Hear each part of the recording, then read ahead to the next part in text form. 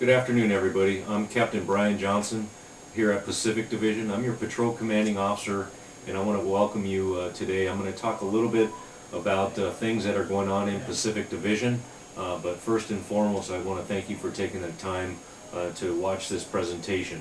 The first area that I'm going to talk about is our Part 1 crimes here in Pacific Division. And when we talk about Part 1 crimes, those are from the FBI statistics. And really they're the big 8 crimes. Those are crimes such as robbery, aggravated assault, burglaries, grand theft auto, burglary from motor vehicle, and thefts. So those are 6 of the big main crimes that we talk about.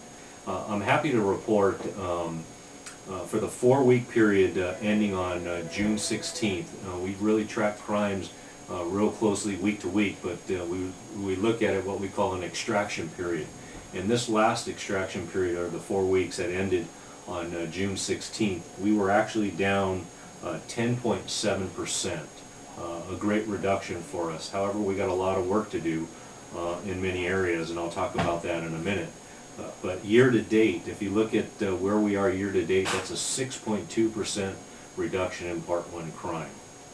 What I can tell you since I've been here from October of last year, the area that we're really struggling with are what we call our property crimes, and those are our thefts, our grand theft autos, our burglary from motor vehicles.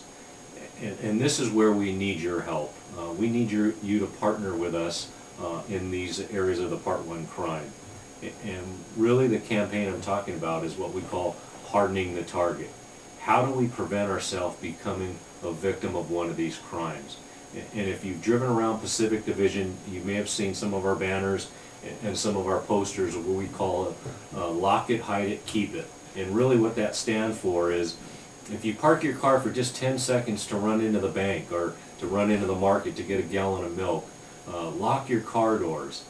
If you're going to go in the store, take those precious belongings with you into the store. Don't leave your iPad, don't leave your iPhones, or anything of value sitting right there on your driver or passenger seat where somebody could look in a matter of seconds, shatter the window and take that.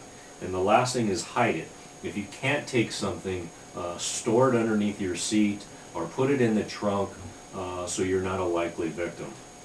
And this also translates into our residential burglaries. We have a problem with residential burglaries. We live here in Pacific, close to the ocean, and we love that cool air that we get out here in this part of the city.